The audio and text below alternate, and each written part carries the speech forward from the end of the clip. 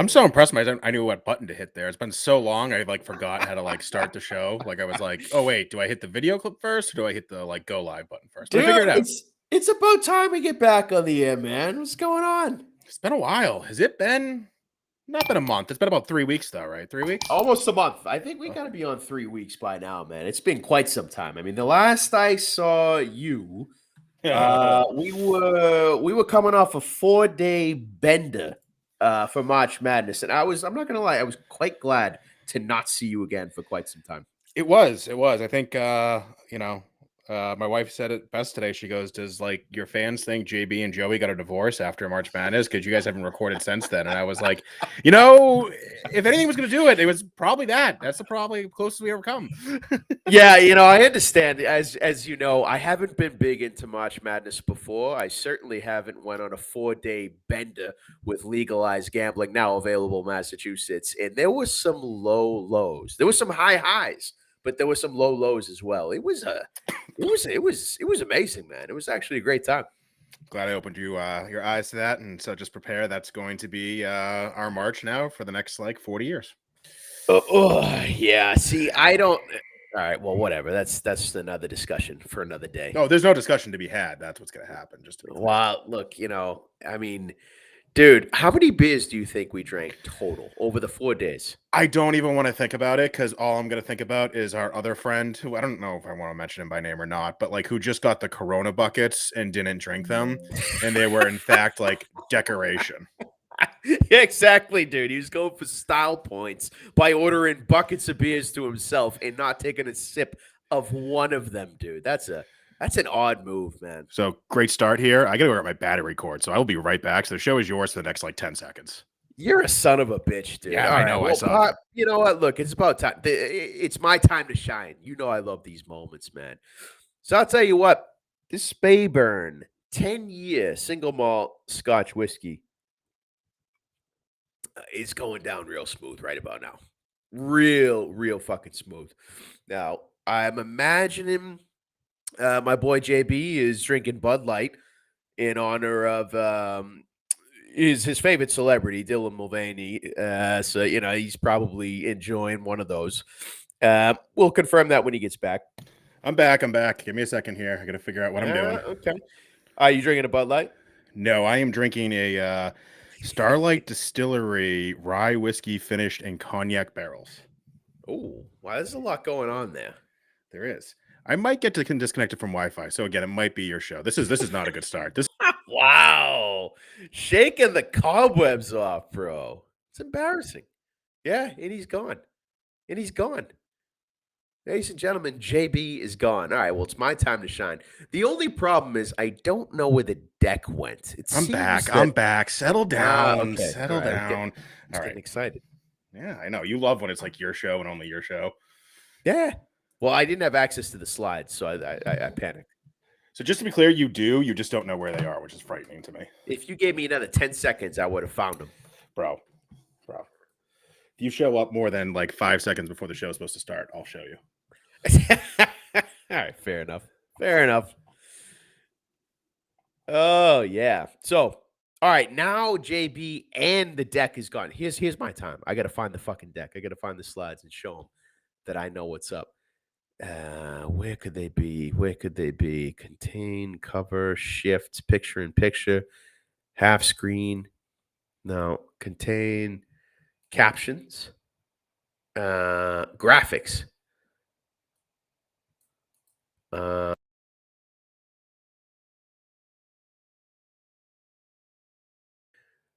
at that.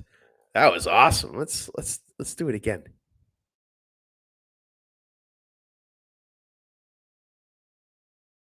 Oh, yeah, it's all happening now. And then look at that. Boom. Logo comes in. Top right.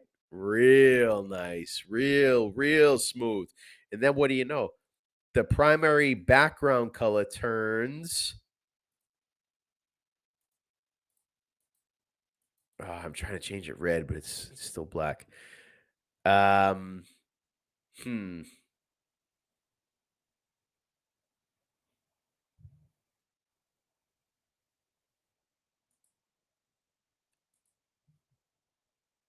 Where the fuck?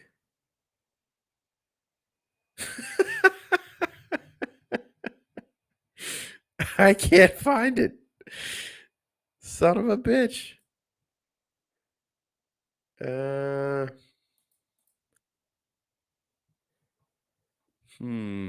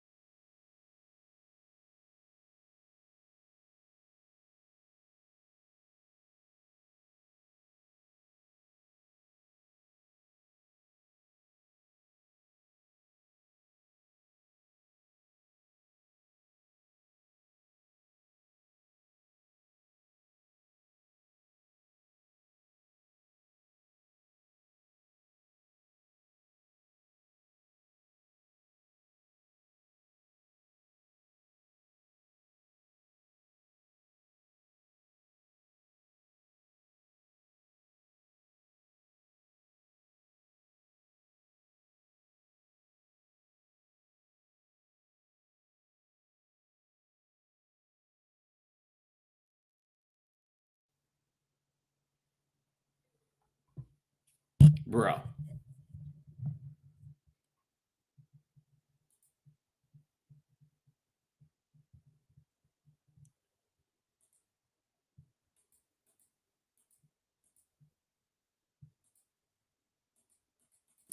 Can you hear me now? Wow.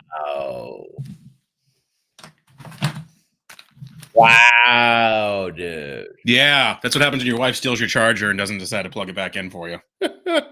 So angry right now. So we're live.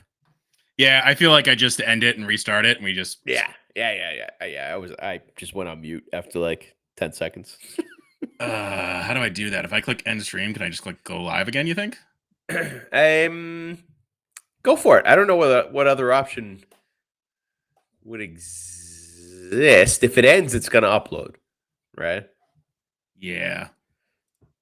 Maybe that's All a right. good thing. Why? Yeah, I don't know. We'll just go with it. I'm gonna start the show over. I'll edit it if I can. Not gonna. Yeah. We're staying live. Start the options. Blah, blah, Boom. blah. Boom. All right. Let's Video. do it.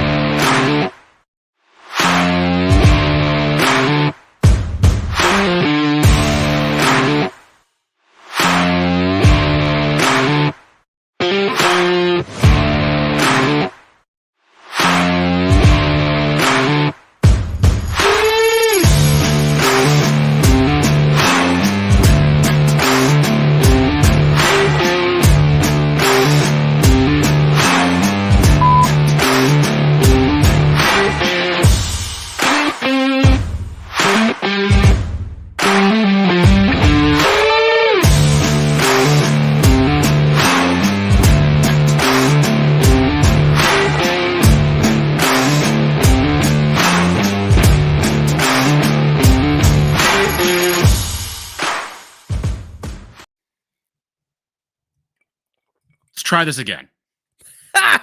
Let's try this again. And everyone, never let your wife steal your charger and then not return it. This is solely my wife's fault. I blame no one but her.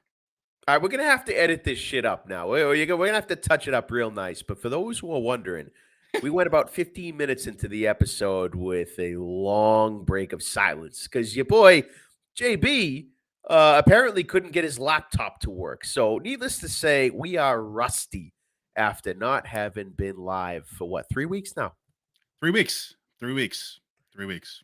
All right. So so I got the notification that the battery's gonna die. I told you to take over, and literally as it plugged in, I saw it charging. It just died. Bro, I can take over for like 20 to 30 seconds max. I was trying to bring the slide deck up, couldn't find the slides. I somehow changed the default graphic of the logo, so we got to revert. Is that why changes. everything's red? I don't know what's going on. I panicked. You left me. I panicked. All right? Don't do that again. Okay, I'll try not. I'm gonna have to put a lock on my charger in my office now, apparently. Anyway, let's start over. What are you drinking tonight? I got a Speyburn 10-year scotch because it's a nice budget scotch. You know, it's not gonna break the bank. I feel like I got to ease my way back into some respectable shit. You know, after 3 weeks of being off air, so it's nice. I'm enjoying it, man. What do you got going on? So Liquor Junction is I'm a big fan of them. They're a local package store, if you will, up in the North Shore area here. They got a good selection of rye whiskey. So this is Starlight single barrel rye whiskey finish in cognac barrels. Specifically made for Liquor Junction, or selected by Liquor Junction, I should say. That sounds pretty damn good, man. That sounds pretty good because it's tasty.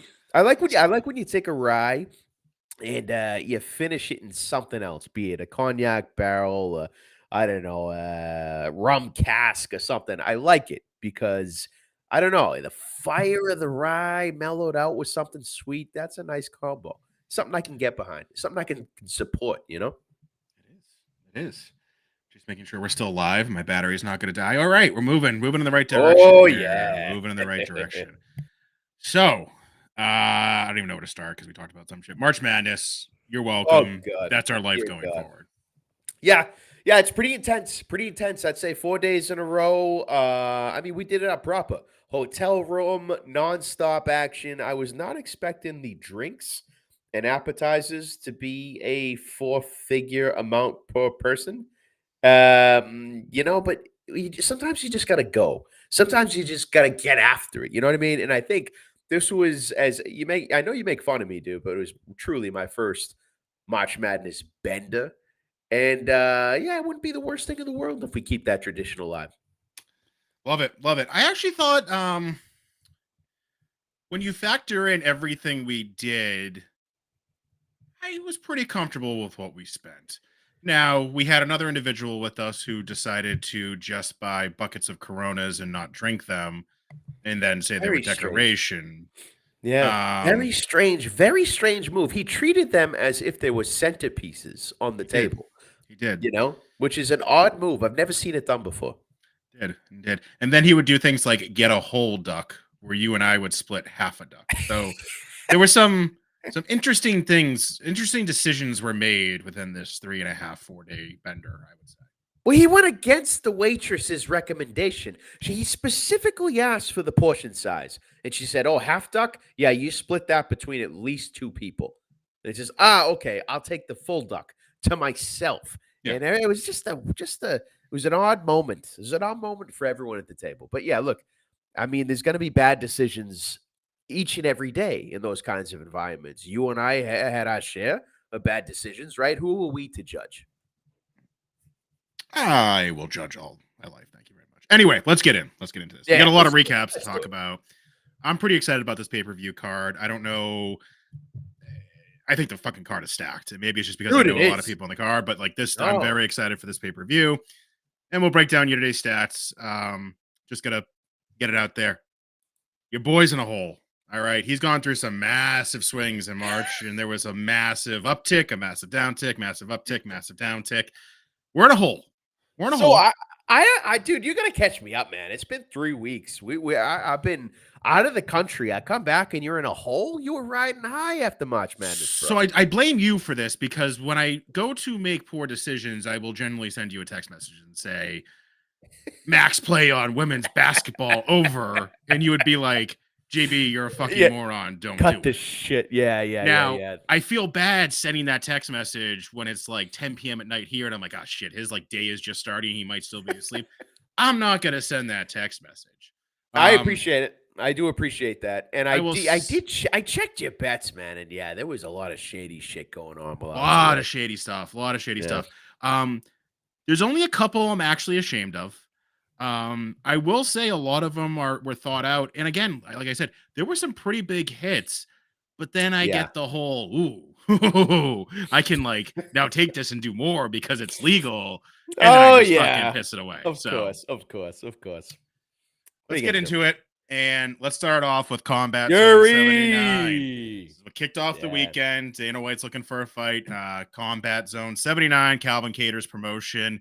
Um, Listen, we had pretty primo seats. We were right behind Oh yeah. Dana, Thomas, Matt Sarah, and then fucking Max Crosby from the fucking Raiders was there. I had no idea who that was. And then you Yeah, big recognized a ton of dude. other UFC people too. You said Hunter was it? Yeah, Hunter Campbell. Hunter Oh yeah. Campbell was right in front of us, dude. Matchmaker for the UFC. There were a few other local promoters there, and like you said, they were literally right in front of us. So it was a pretty cool environment, man. And what I'm noticing is that and not surprising, right? I think you find this in any industry, but the local MMA community is definitely very tight because I'm now seeing the Yeah. same people at each promotion we're going to. And we're going to different promotions, right? Like these are not Yeah. affiliated. Yeah, they have the UFC Fight Pass, but that's really the only like common thing they have with each other. And we're seeing the same people at all these fucking fights. Yeah, it's true. It's like a small family. Yeah, I was in line with a few people who were referencing like, "Oh yeah, yeah, I know people here. We come to these things all the time." And I didn't quite know that. We're admittedly kind of new to the scene, the Boston Bruise Bets gang, but I gotta say, we're making a splash, bro. We're making some noise in this little tight knit family. I tell you.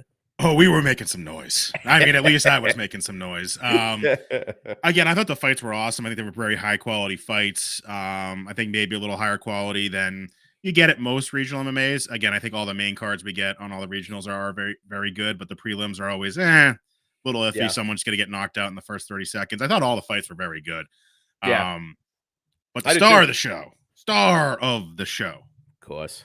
the Russian polar bear Yuri. I mean, holy fucking shit, right? So my takeaway was from this one, his fucking fan base is awesome. I mean, I was Oh fucking yeah. Yeah. shattered by the time this guy got in the ring to fight, right? Or the octagon, I should say.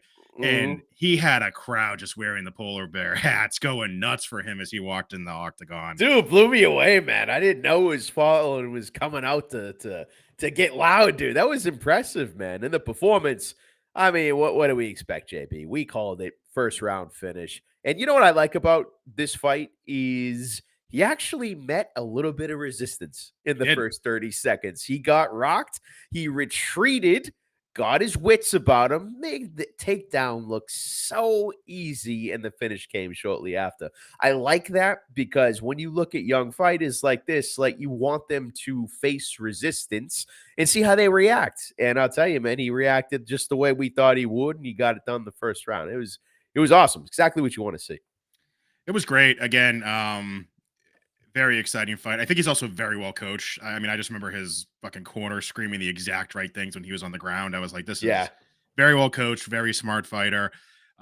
He's also the fucking man. I mean, I was hammered and he won, and when he won, I went fucking nuts. And he's walking out of the fucking octagon. He's probably got friends and family. He doesn't know Boston Bruce Betts for shit, right? Other than we've been talking Nope. on Instagram. And I am just screaming at him, pointing. And he I actually gave me remember a hey, what's up? Oh yeah, dude! You shot right up. You screamed out, "Yay!" and you just pointed right at his face, and he looked at you and he said, "Yeah." I don't know if he knew who you were at the time. I'm sure he appreciated the support, but he definitely knew who you were after the event was over. So that's the greatest thing. And this is why, again, Yuri, you're the fucking man, dude. So again, right, we're walking out. There's a bunch of people. The fight's over or whatever. And all of a sudden, me and Joey are walking out, and again, this guy's a bigger fucking guy than I realized, because when he came up to us, I was like, holy shit, he's actually huge. Puts his arm around me and Joey and is like, Boston Bruce Betts. And I think we probably could form like 3 words, and they were like, Yuri! And all you heard was his coach be like, all right, we gotta go. We gotta get away from these guys. Yeah, because he was on his way somewhere and his coach was right behind him, kind of, directing him. There was a crowd. We're stumbling along towards the exit, and he saw us. He gave us a shout out. We were way too excited. And I think his coach saw that immediately. There were 2 shit-faced guys that are screaming my fighter's name. And his reaction, rightfully so, was, all right, yeah, we gotta go. We gotta go. But hey, it was cool, man. It was nice of him to give the shout out. It was good to see him fight, man. Yeah. Don't know what's next for him. Again, I would say if Dana White was looking for fighters, him and Connor Matthews are the 2 that come to the mind there. Yeah. Both were the definitely 2 strongest fighters there. Again, not knocking anyone else that was there, but they definitely stood out in my opinion. Without a doubt. You know what I think, JB, is they got to give Yuri the same spot as Connor. They got to put him on the main event in one of these cards. I do believe that because, I mean, Yuri is running through his competition. So I say give him the best of the best at the regional scene, right? Mhm. And if he still looks impressive, absolutely get him on the contender series. But I agree, man. Connor and Yuri were very impressive. So my only hope here is, and this is the pipe dream. So Yuri, you got to keep us, I know we were hammered when we talked to you last. You got to keep us surprised your next fight. And don't forget the little guys when you're in fucking the Apex and all fucking That's T-Mobile right. Arena. There's rumors of a UFC fight in Boston this summer. Oh, yeah. Is this real? Is this I mean, happening? Dana White said, and again, who's controlling Dana White's Instagram? Is it him versus publicist? Said, someone's like, when is it coming back to Boston? He said this summer. Oh, dude. He doesn't usually just say shit, So there might be some truth behind that. So my thought is, and again, this is a pipe dream, right? Yuri's going to be on that card. Fucking fantastic. 100% going for that reason alone. But it's going to be the fucking Conor McGregor, Michael Chandler. Oh, can you imagine, dude? Can you fucking imagine? Oh man, yeah. I wouldn't put it past Dana. Huge Irish American population here in Boston. Huge. We go nuts for Connor. I think. Oh man, that would be a banger of a card, man. I just don't know when it would be over the summer. I think Dana just announced that they're taking it to Canada at one point. I think over the summer. So I don't know. We'll wait and see. But hey, we can dream, can't we? We can dream. We can dream. And Joe, I have not told you this yet because you have been abroad. But Yuri, our boy, sent us some t-shirts. So I got a t-shirt I got to give you. We are Get now out. team Russian Polar Bear, TRB. Dude, they're fucking awesome shirts. Yes, So he dude. hooked us up with those. Hell yeah, man. Hell yeah. Next regional event, we're rocking them, dude. Oh yeah, absolutely. Oh god, So I just got flashbacks. we're gonna fast forward a little bit. So that was Wednesday. We'll get back to after the fight in a second there. But banners, we had high hopes. Not gonna lie, I was very skeptical. I wanted to reserve a very specific spot. I wanted to pay an additional premium for said spot. Couldn't really get an answer from anybody. I put a message in the reservation. Hey, I'm going to be here, or we are going to be here all day for multiple days. I would appreciate it if we can get a good setup and all that. Without an additional cost and without me, besides me putting that in that message, I didn't ask anything else. They gave us, it was the best fucking seat in the bar.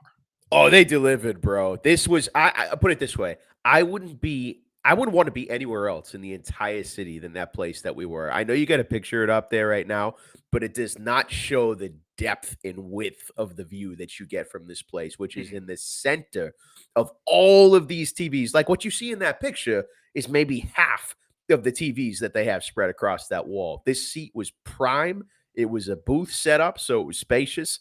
They took damn good care of us, man. I would not want to be anywhere else. No, and again, draft Bud Lights were flowing. You can see God. a Corona on that table that was probably not drank and just sat there for hours. It's a centerpiece.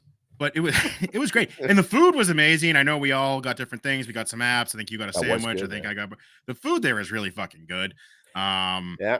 And don't know if they were supposed to tell me this or not. The waitresses are awesome. They were basically like, listen, I was struggling, right? I think it was Thursday or Friday. I can't remember. It might have been both days. I was like, all right, I've been drinking beers now for like 8 hours. We got another 4 hours to go here. I need a coffee. And they're like, our coffee sucks. But if you go downstairs and bring a Starbucks, then I'm not going to say shit. I was like, awesome. So we went downstairs and got a Starbucks, brought it up. And then I said, can I have a shot of Jameson to put in there? And she said, I can give you a shot of Jameson.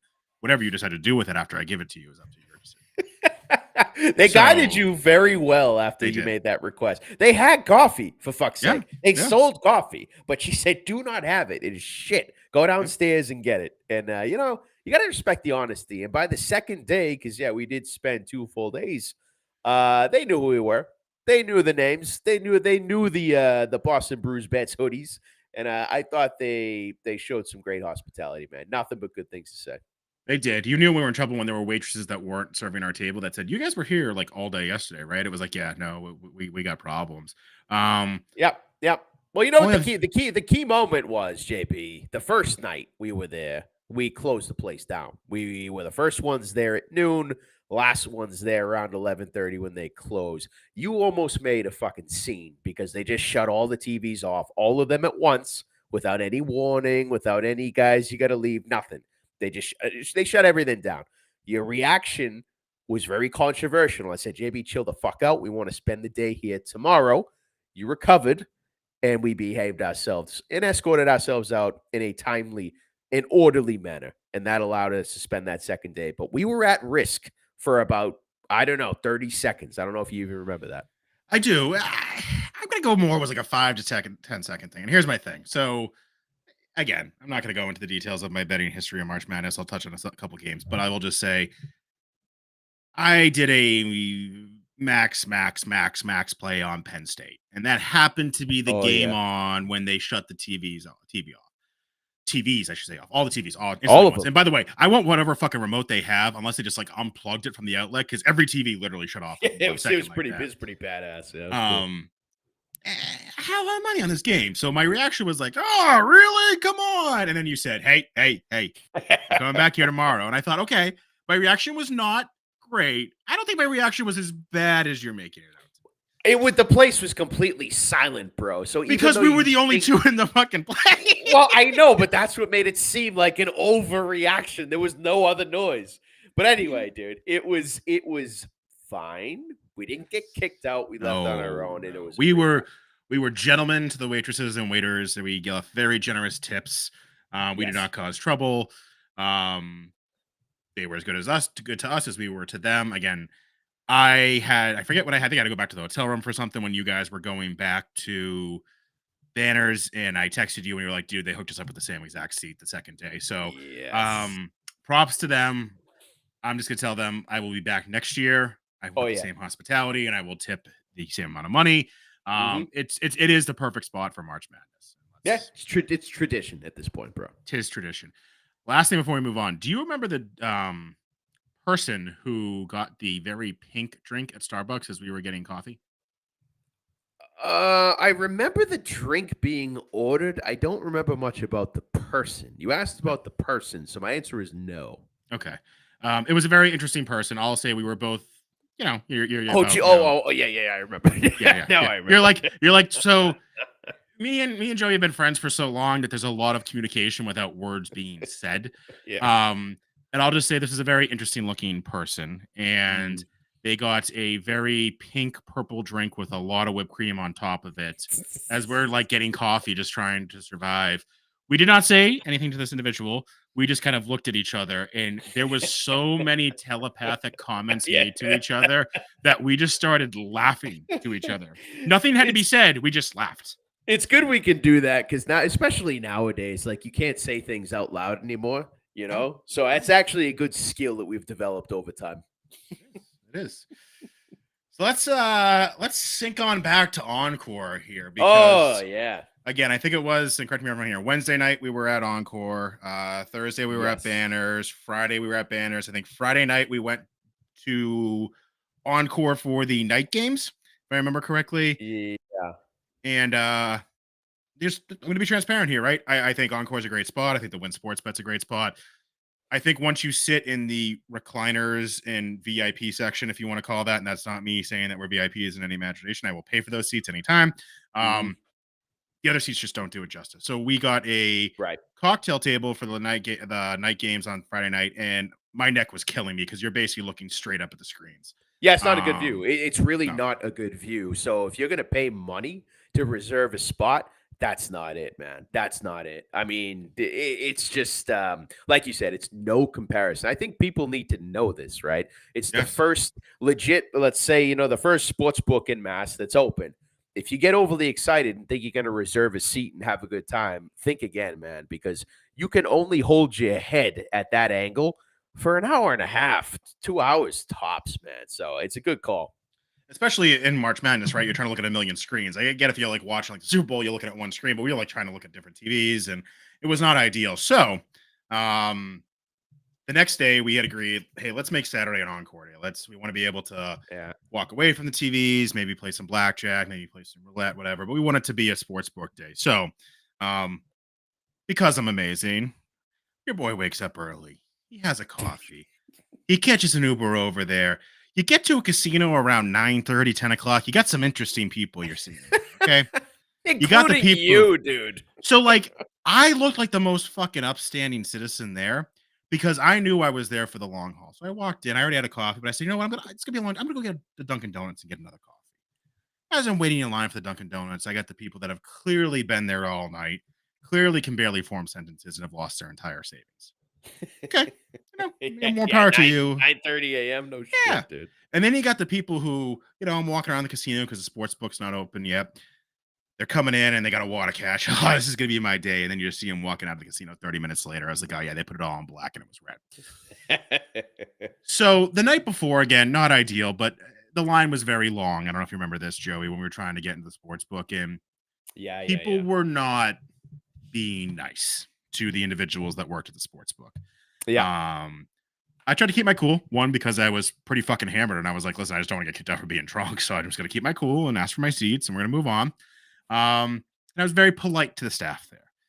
Well, I got there again before they opened, and I went up there, and they're like, oh, JB, how are you doing, sir? Thank you for coming back. Now, again, they remember us from the John Jones fight when we reserved the seats, blah, blah, blah. Yeah. I said, listen, I'm here, we have seats reserved. And they're like, yeah, we have you in this section. I was like, listen, I'm not trying to be difficult, but we sat in those seats last night. They're not ideal. We're literally going to be here all day. I will tip the waitresses very well. Is there anything we can do to get the recliner seats or the other section? He goes off and talks to someone else. He talks to a couple waitresses. All of a sudden, JB, let's go right away. So we got recliners, I think, for the first half of the afternoon. And then we were in the still much better seats, the VIP section, lounge, but dude. the lounge It was tables back there. Awesome. And again, the show's no extra cash was paid.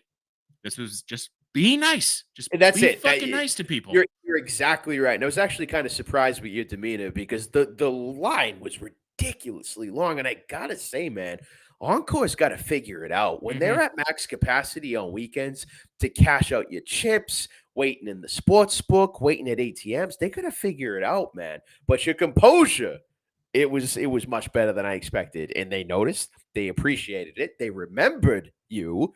And I gotta tell you, man, these seats make all the difference. They make Oh, all the fucking difference. So it was well played on your part. I also give you credit for making it to the casino at 9 a.m. You sick fuck. I was there at what 11:30.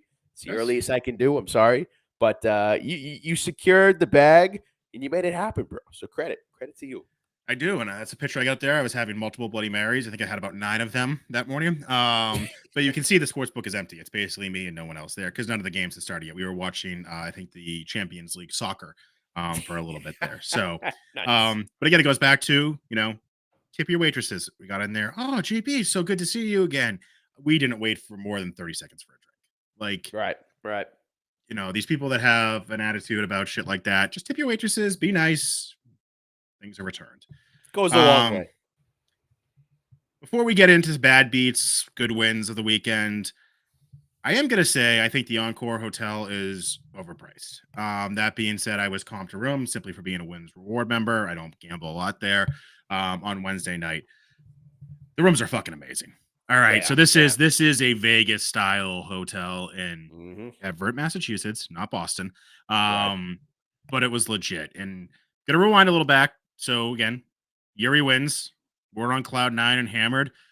Think we went to the casino for about a half hour, and then we went back to the room, drinking some beers, and it was like room service. Do you remember the room service? Bits and pieces. So first of all, we ordered a lot of room service, multiple burgers, multiple pizzas, all that. You can see a little bit of it left over in the picture on the left on the table, as well Oh as yeah, look, there it is. Yeah. as well as the gentleman who likes to order Coronas and that and sleep on people's couches. In the picture. Sorry if you don't want to be in the photos, but you are. And all I'm gonna say is I don't know if you remember the person who delivered the food. A couple things about it. Oh, that guy. Yeah. What What happened with him? Well, one, he was pulling food at this cart. I want this cart. Like he was pulling pizzas out, and Oh, I was like, right. "There's no All more kinds room of in this shit. cart. Where Yeah. is he pulling this food from?" 20 compartments. It was wild, dude. But he was telling me he was doing this for fun because he owns a winery in California. Um, no, and I'll leave it at that. Okay. Like, I know we were drunk and you probably think we believe everything, but no, didn't believe it. Now, the embarrassing fact is there were 3 of us, and there's like a dining room table in the room that you can see, and we ordered a lot of food. So he said, "How many place settings should I have?" And he said 6. Did he say 5 or 6? He said might have said 5. 6. 6. 6. And I panicked because I'm like, "Oh my god, we ordered so much food. This guy, I'm actually embarrassed we ordered this much food." And I just made up the story how he had 3 additional friends that were in the casino that were going to meet us later at night. Dude, he knew what was going on, man. It's 3 He said 3 shit-faced more guys. place settings. He did. Yeah, he was just trying to take care of our egos, man. We're like, oh yeah, we got 3 friends downstairs at the gambler. They'll be right up. He knew what was going on. This isn't this dude's first rodeo. This is not the first group he's told about his make-believe winery. And you know what? I remember 2 things. One was the ordering process. They had an iPad in the room. And I thought we were going to talk about what we wanted and like strategize and each put our own order in or something like that. You were swiping like Tinder and adding shit to the cart and just moving along, dude. Like you were loading up that menu with no conversation whatsoever. That I remember, which resulted in the other thing I remember, which is him putting 6 different placemats out to dine and 8 different Heinz ketchup bottles, which means he thought 6 to 8 people potentially were involved in that meal. And that's all I really remember. Yeah. I give credit to Encore. The fact I did not have to talk to an individual and I could sit there and just add things to my cart as if it was Amazon. I ordered triple the amount of food that we should have had. You could have at least talked to me, like, "Hey guys, what do you want?" You were just swiping and adding shit to the cart because it was a digital experience. There's truth to that. To be fair, I said some words, and my communication skills were also not the best at that point. Okay, I don't remember that. but yeah, I digress. The food was good. I will give the room service food was very good in my opinion. Now I was very hammered, and I think I anything liked could have been it, good yeah. at that point. But I feel like it was pretty good. Yeah, I think I like it. What else we got? You want to get into some good beats, bad beats? I mean, I'll talk about a couple of bad beats we got here. FAU, I know they went deep. They fucked me over in so many different times, over and over and over again. Yeah. If I'm remembering correctly, I believe it was the Friday night. We had multiple parlays we were doing very well in. I think it was Memphis.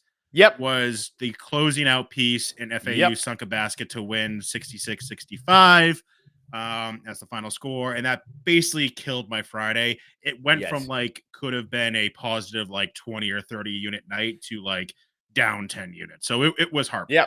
Yeah, that was also the worst beat for me. It ruined the Friday evening. Thank God we bounced back on Friday, but that was a very, very difficult beat after a long day of boozing, long day of ups and downs with the games. For me, it would have been a 5 to 10 unit swing my way. It's just not how you want to end the evening. And I'll tell you, man, FAU, I really did not like them. I really did not think they would go as far as they did, and it just broke my heart the way that ended. That was tough for us, man. That was tough. It's very tough, very tough. And for some reason I was convinced they fucked me over once, they're not going to fuck me over again. So I kept betting whoever they were playing against, and they kept fucking winning. I was like, this is why I'm down units. Like, exactly. Just fucking screwed me over. I'm just gonna go to Friday because I'm on that screen. I'm looking at the scores. The only other one that sticks out to me, and I told you this team was a problem, but I didn't think they were to do this. Arkansas beating Kansas. I was pretty clear to you that I liked Arkansas a lot. I didn't think it would be Kansas, but I thought they were a dangerous team. So it sucks because that was one of those things. I was like, oh, Arkansas is a great team, but I didn't bet on them, and that really sucks. Yeah, they beat Kansas. Because you loved them, JB, I took a live bet on Arkansas. I can't remember. I think I took them at plus 300 in that cash. I think I put a unit on it, half unit. I can't remember. But I took that late and took it live. And I got to tell you, that's one of the coolest things, man, about it finally being legalized is the ability to read games, read teams, fire off a live bet here and there. That's cool, man. I enjoyed that thoroughly. Yep. I was big on NC State. It was 11 versus 6. They should have won. They didn't. I don't know why I was big on them, but I did feel pretty confident about them. Purdue. Again, we were at Encore for this, losing to Farley Dickinson. What? Yeah, this is when I started to realize like how fucking crazy this March Madness shit is, man. When that happened, I'm like, what in the actual fuck? But yeah. I didn't have anything on that, man. I stayed away from that. Yeah, only other ones that are sticking out to me, only because this was a bracket buster for me. Brackets were completely done. I had Arizona basically winning the national championship when they get bounced in the first round by Princeton. Oh, yeah. What the fuck was that, dude? You loved Arizona. I loved Arizona. I thought they were going to go deep, and they didn't even make it to the first round. I think Princeton won this second round as well. Yeah. Only other one is Furman beating Virginia. I think that was another 1-point game, buzzer beater, but that was another one dagger to the heart. Big wins. Wait. I know this wasn't a bad loss for you here, but I am going to give you some shit, man. You were talking shit about UConn all week. You were, man. And I never took them for that reason, but I think they probably surpassed your expectations. Oh, they shut me the fuck up and made me eat my words. I still hate them. I still don't like them. Here's my rationale for that. Just like I don't. UConn's women's basketball team has been dominant for multiple years, and I feel like the UConn's men's team has been good every 4, 6, 8 years or so. People who go to UConn act like they're fucking Kentucky, Duke, Kansas, and that's where the distaste and dislike goes from them. They also don't have a fucking football team. So like Yeah, UConn acts like it's this okay, powerhouse, okay. and it's like, oh, you have a good basketball. You fucking can't even field a fucking football team. So All right. It's good to know some of these details here because I didn't yes. fully understand why you were so anti. But all right, I get it now. So yeah, that I'm gonna put a bow on March Madness and bad beats, good beats there. Again, Penn State was a massive play for me. It did hit Huge. on Thursday nights. I think Huge. we're the only people at Greatest Bar that were not Penn State alum watching that game. Yeah. But again, it was a nice win. Again, but I opened your world to March Madness. Do you now understand? I get it. Yes. I get it. I absolutely get it, man. I think I need to get more into it before the tournament so I have a fucking clue what's going on. But you know what? I realize you don't even have to have a clue what's going on to enjoy it, you know? It's actually insane, to be honest. It's actually insane when you have live bets going on, when you have a game that's going to close out a 5-leg parlay with a 10-unit swing going on, when you have a race to 20 points going on all at the same time. You know, I love those props, man. Race to 15, race to 20. I get it. I'm sold. I must thank you for selling me. And I think we got ourselves a nice little tradition here, man. I really do.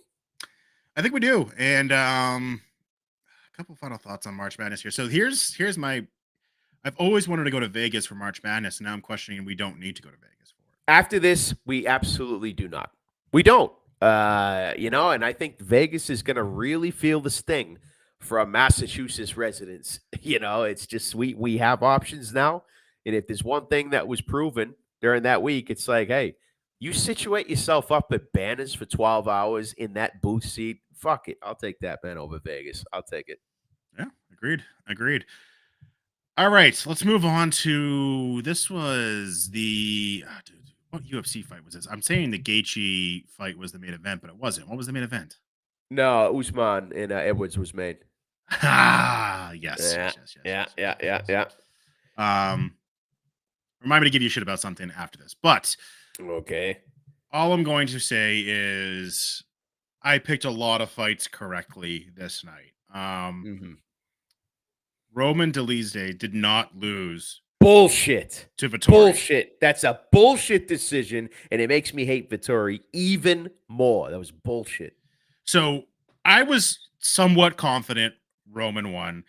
I'm always cautious when it goes to the judges. And I turned to you and you said Roman closed as the fight was ending as a minus 1,200 favorite.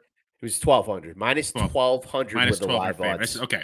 Well, Vegas would not give away free money to some asshole being like, oh shit, Vettori, $100, 1,200. Yep. So I thought, okay, I'm confident. And I sat there and I don't think they had the audio on, so I couldn't hear the scorecards. But then I saw Vettori's hand got raised and I was like, you have to be fucking kidding me. Unreal, dude. Unreal. Horrible. And what it shows you is that the live odds, well, no, I'm not going to draw that conclusion. Live odds don't mean shit because that's not true. This was a fucked up decision. It was plain and simple. Let's not overcomplicate it, man. That's what it was. But look, it didn't ruin the night.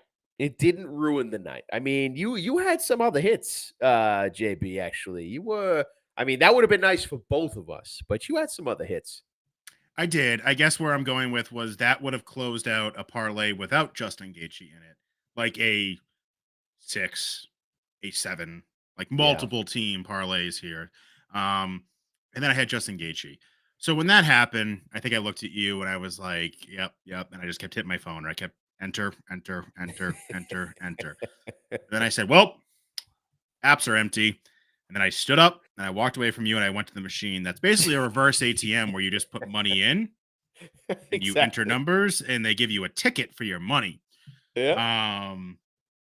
And again, reckless betting, but Justin Gaethje, I had no doubt he was going to win that fight. As the fight was going on and the fact it went to a decision, it concerned me based off, I was like, Jesus Christ, Roman just lost by decision. He won that fight. I really hate Justin Gaethje going here. I don't know if they want this other guy, Rafael Fiziev, to be the new guy. Were they going to give him the fight? Thank God Justin Gaethje won. So when you see my year-to-date stats, I will caveat this does not take into account reverse ATM machines that you put money in. They give you a ticket, and then you take that ticket to window and get multiple units. I'm fine with that. I will take my losses on a chin because the money in my hand and the power of a ticket, and I think I showed you that ticket, and I was so much, and the ticket was for a good amount of units, less Oh, than yeah. what was in the app. But I was just like giggling like a little schoolgirl to you because I was like, look at this ticket, look at this ticket. Yeah, it was, dude. I do remember that ticket. It was absurd, and I think that was the turning point for us for that night. Because after Delize, I was all bent out of shape, man. I was. If you remember what I did, I actually got up and left the sports book, and I just went right to the roulette table. I said, "Look, I got to shake this thing off. I need a change of pace. I need to inject some variety into the evening and just start something new." So I put a couple hundred down on red, right? Hits. All right, boom. There's 200. You know what I'm going to do and take this 200 that I just made? I'm going to put it on fucking Justin Gaethje. Get some of that dog money at plus 200. I forget what I got him at exactly. It was somewhere around there. And look, next thing you know, you got 600, right? So it was those kind of moves that really turned things around. And with the 6 units, there were ups and downs, JB, ups and downs, as you know, because the most difficult lesson for me was learning what to do with these free $1,500 bets when you sign up for the sports books. You know what I mean? I fucked that up so bad and quickly got myself into a $1,500 hole on multiple sports books. I just didn't get it. Look, I was drinking, didn't get it, didn't understand it, and I was in a pretty significant hole. The Gaethje hit helped, but I went all in on Usman thinking that it'd be a done deal. It was not a done deal, and then I had to climb out of that hole. But look, like I said, it's the ups and downs, man. The ups and downs that make the whole experience. Yep. So that's what I was going to give you shit about was your use of the free money, because I did So call you out on bad. this a couple times because I think one, I don't know if it was Barstool Sportsbook or FanDuel, you had a free $1,000 or $1,500 bet, and you took like Alabama, who was like minus 600, and I was like, Joey, like that's what you no, like there's no fun in that. That's not fun. Like you're gonna bet 1,000 to win like 300, $400. Like, no, take Yeah, but that's like I thought they would give you the full payout. You know what I mean? I didn't know the that like they free just- money plus Yeah, dude. That's what I thought. In my head, that's what I thought. So I'm like, okay, how do I secure this money with this with the lock? Hence Alabama minus 600. And then I found out the hard way. You just put yourself in a fucking hole. It was very difficult for me to accept. It was. It's a little running process. Again, I've texted people that have had legalized gambling on their phones. It's definitely concerning what you can do very quickly. Exactly. You know, when you take a max play on an NIT championship over, that's a little concerning. But things are things said, you know, and we're on a roller coaster and you just got to ride it out. Exactly. Ride it out. I will give myself a little shit. I was a little intoxicated, but I was again, like I had a 6, I had a 17 parlay. I think Roman Dolidze closed out 1 or 2 of them, with Gaethje being one of the final pieces. And the fight was in the UK. And I don't know if you remember this, Joey, but they showed like his like Roman Dolidze, and they showed his flag, which is why I have it up here. I was a little drunk. I didn't notice the other thing, and I said the hometown crowd's gonna be with him. And you were like, "Yeah, that's not the flag of England, bro." It's the fucking Georgian flag, you uncultured idiot. Which I am, and I will. Do I ever claim to be? No. Nope. Fair enough. I can't give you too much shit because you don't make any claims to be a sophisticated, cultured, well-traveled man. You've never made such a claim in all the years I've known you. So I can't give you too much shit. And again, it was on a TV far away. I didn't see the little other crosses. Thought it was the England flag. All right, so so for you, it's a good moment. I will give you credit here. I will say you cut some things close where questionable, but did not end up deciding the bets. But you did hit the no excuses bet. Okay. Yeah. So I do owe you 1 unit. Yes. My pushback of this was, I know you were in the room, but you were not at your seat when the first fight of Combat Zone 79 started. But you were in the room. You called me and you said, "I'm here. Where are you?" I sent the picture as evidence as well. Yes, you did. I think on both days of March Madness, you missed the first game, or you missed the tip-off of the first game, but you were there for the full 15 out of 16 games. Indeed. The 18th was a slam dunk. You weren't going anywhere. We had the recliners. We had the VIP section. So, Exactly. so I will give you the no excuses bet. You won. That's huge. That's huge. I was not confident you were going to win. I actually thought this was going to be I thought this was a lock for me, to be honest. You thought it was a lock, dude. That was lock of the week for you. And I'm not gonna lie, I was kind of nervous about it. I was very nervous about it, actually. But I think, look, if I learned anything from this, it's with future Mr. Excuses type bets, maybe we be a little more specific with the criteria of the bet, right? If we're going to talk about be there for tip-off in seats, right? We can get a little bit more detail just to kind of even out the playing field. These were discussed. Hey, verbal schmerble, bro. Go back to the tape. We're on record here. I hope not. I think. I hope not. I think where I thought you were going to give me shit was I think your Uber took a very long time to get to Combat Zone. Oh, God. I remember that. And you're texting me and you're like, he took a wrong turn. I was like, here we go. Here's the excuses. Day one. We're not even in March Madness yet. We're at the fucking night before March Madness. And he's like, oh, dude, Uber. It's not my fault. It's the fucking Uber. I can't do anything about it. Bro, I was going to use the Uber safety mechanism where I can like alert for help and you can track my location. I was very lost. The guy didn't know where he was. Should be a 5-minute drive, dude. It was a 15-minute drive. He had no idea what he was doing. But I'm proud of you. No excuses there.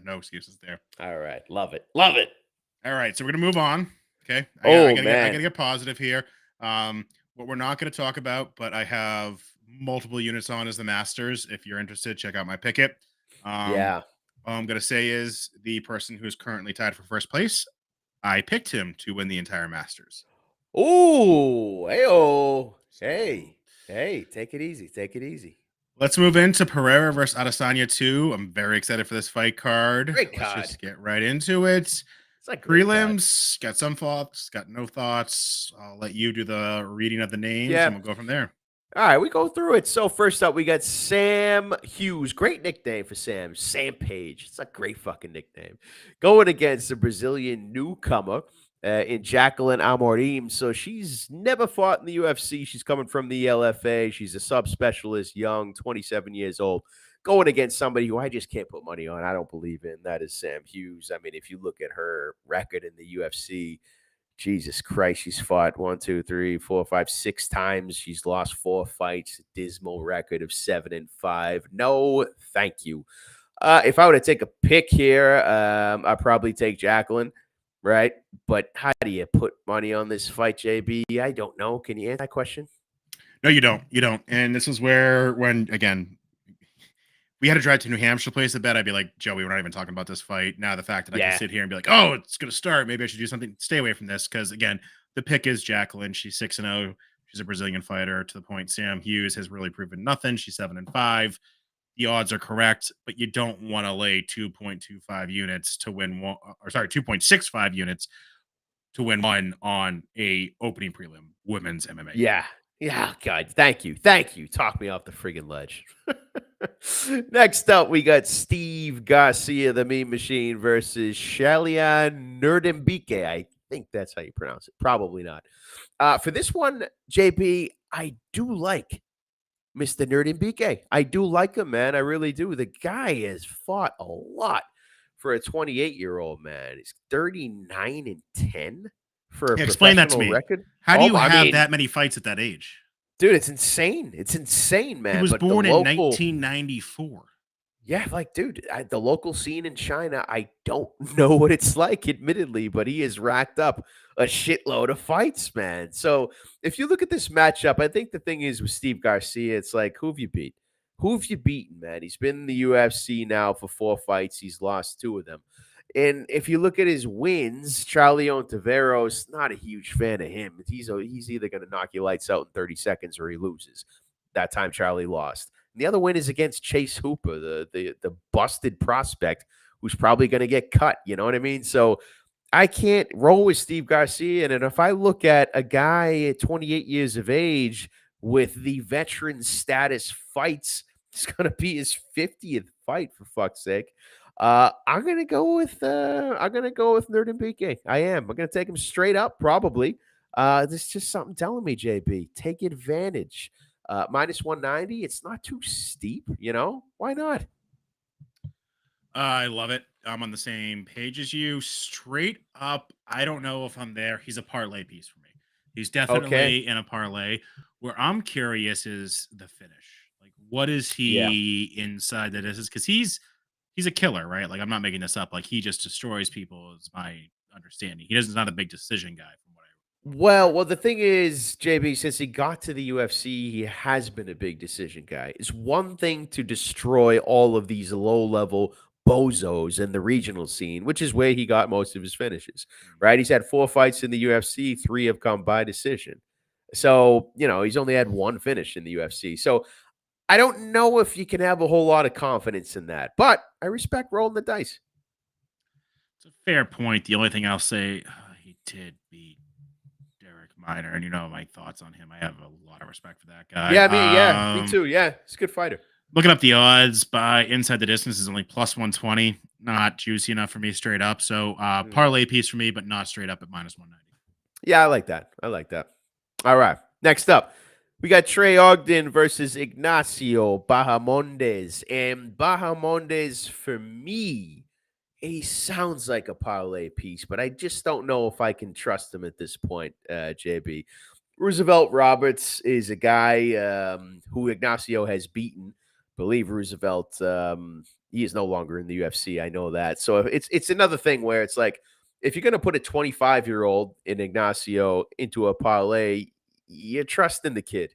And I don't know that he deserves that trust, but I'm thinking about it. I mean, if you look at his opponent, Trey Ogden, 33 years old, lost a split decision to Jordan Levitt. So it's kind of an iffy matchup for me. I'm not incredibly excited about betting on this, but if I do something, it's going to be Ignacio mixed into a parlay. What do you think? Don't hate it. I'm not there yet, but again, fight night, you throw together those Hail Mary lotto tickets. It's definitely a lotto ticket play for me. If you're like, all right, I got to pick, 90% of the card to make some money here. He's part of it, but he's not part of a strategic parlay for me. Yeah. I like that.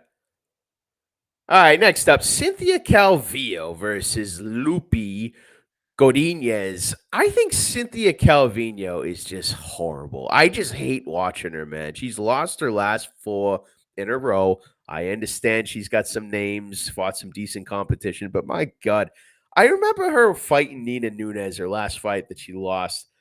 Like, her striking is so bad. It's so fucking bad, man. And now you look at her, she's 35 years old with a 9-5 record, lost her last 4. Like, what the fuck? Everything I just said is horrible. But then you look at her opponent.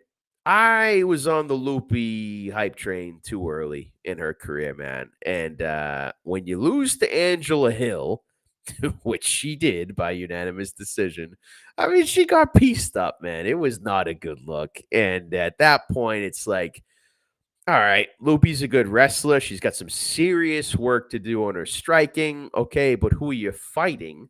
A wrestler, a very good wrestler in Cynthia Calvillo. So it's like, for that reason, I'm not interested in betting this at all because I think Calvillo sucks and is on her way out.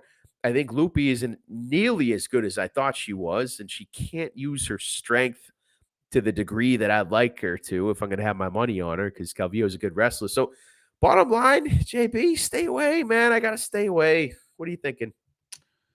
It's interesting. I was pretty big on Lupita being a parlay piece for me, but you brought up the Angela Hill thing, and I was like, ah, shit, you're right. I know, man. I had the same reaction initially, right? Loopy all day, but I know, and she probably takes it, right? But look, I got to look at Calvillo. Like Calvillo has it like her last win was in 2020 to Jessica I. Before that, you got to go back to 2019, Courtney Casey. Yeah, she's washed, bro. Yeah, she's washed up. 35 years old. Yeah. Because look, and this is a must win for Lupita, right? Like you're 29 years old. Absolutely, you just lost to Angela Hill. I think the UFC thought this was going to be, their future potentially. I agree. And I agree. She's going to win or she's probably gone. I agree. And you got yourself a name in Cynthia Calvillo. It's absolutely a name, right? Somebody on their way out, but a name regardless. So I think it's a perfect bounce back fight for Loopy. I wanted to take her, JB. I just can't. She's got to prove something. I'm going to take Lupe in a parlay. Again, you're talking about the lotto ticket parlay. So you add Lupe, you'll add Ignacio, you put Shaylan. Like, that's the like lotto ticket parlay, but not the Yeah. serious parlay. Yeah, I like that. And I still might mix something in with her, but yeah, we'll see. All right, so we got the Vanilla Gorilla, Chase Sherman, massive underdog, plus 330. Going against Carl Williams, who came in late as a heavy favorite. And I don't know, JB, you're going to disrespect the Vanilla Gorilla like that at plus 330? Is that what you're going to do? I don't know. I understand Carl Williams has got some hype, but look, he's no spring chicken at 33. He's fought once in the UFC and he took it to decision. So, like, I don't know, man. If you got Sherman at a price like that, why not take a stab at him by KO? You know, maybe it goes to the second or third round where Carl Williams is not familiar with going, and I don't know, he takes it. I don't know. I mean, it's yeah, this is a tough one to get involved in. But look, I'm thinking, JB, why not sprinkle a little Chase Sherman Vanilla Gorilla by KO? Why not? You know? I'd love where your head's at. So keep him out of a parlay because who knows what's going to Yes. happen. To be clear, I was on Chris Barnett like Oh, you all were? day. I was on Chris Barnett all day when this was Chris Barnett versus Chase Sherman. So I don't want to act like I like Chase Sherman. I don't. I was on Chris Barnett, right? But Chase Sherman plus 330. No, I don't like it. Chase Sherman by KO plus 800. I like it. Chase Sherman round 2 KO plus 2,500 or round 3 KO plus 4,000. Oh, now it's really like that. Really like Now that. it's This is talking. definitely a sprinkle piece. Keep him out of parlays. I'm not confident, but he does have the power.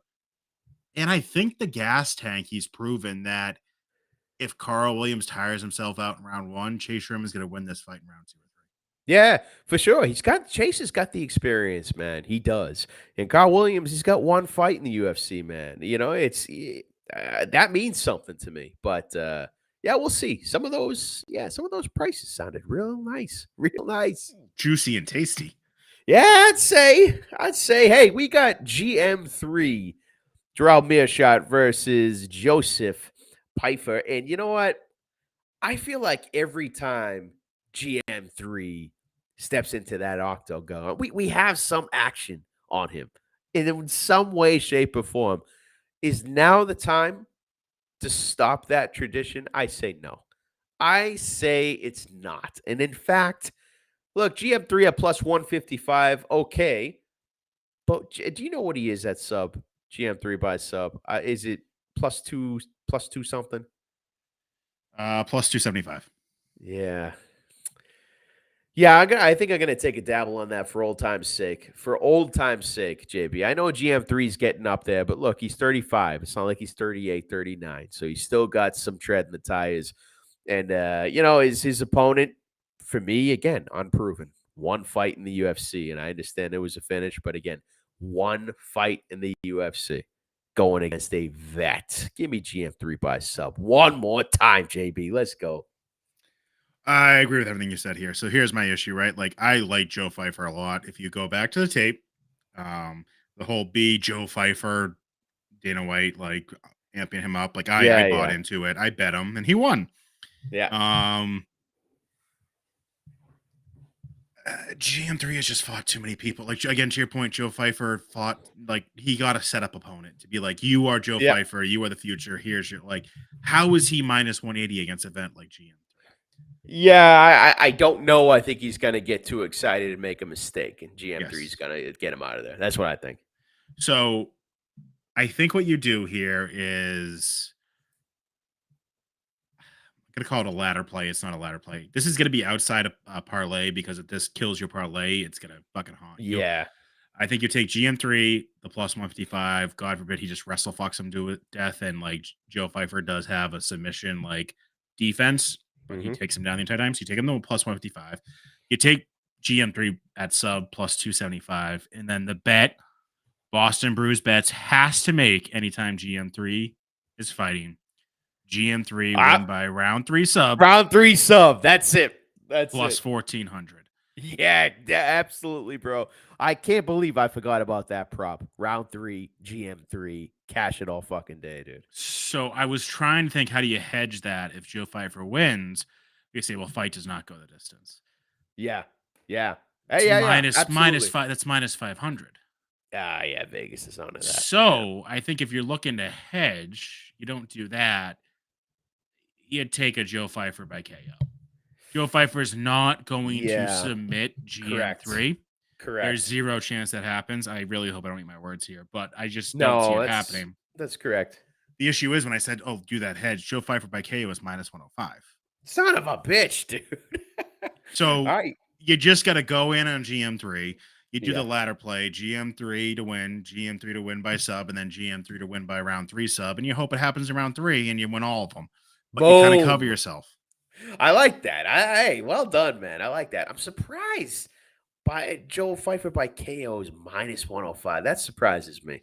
He is someone who we'll get to on later on the card that the UFC wants to succeed so badly. And I think they should have given him someone else besides GM3. I get GM3 is older.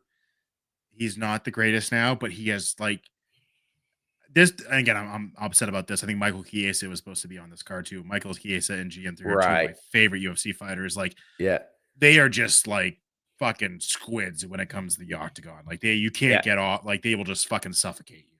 But I digress. Let's move on to your favorite fighter on UFC. God damn the it. Karate Hottie. Michelle Waterson Gomez now. I don't even know what that's about. But you know what I love?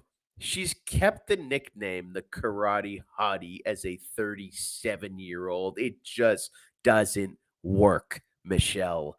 Rebrand. I understand you tried something with the Waterson Gomez thing, but you need to actually rebrand and come up with a new name. As you know, JB, I am not a fan of the mom champ Karate Hottie. I'm not. I'm really not. However, I don't want to fade her in this spot. I'm not comfortable doing it. I'm really not. And it's just a matter of competition. That's what it is, man. If you look at Luana, okay, so she's the favorite at minus 165. Certainly the younger 10-1 up and coming fighter here. But I'm sorry, man. The resumes are just not even close. Not even close.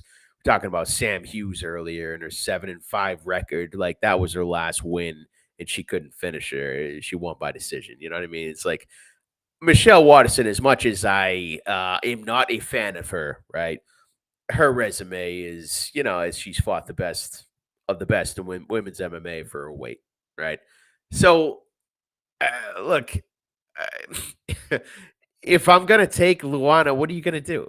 Like, you don't get dog money on her. She's hasn't fought anywhere near the same level of competition.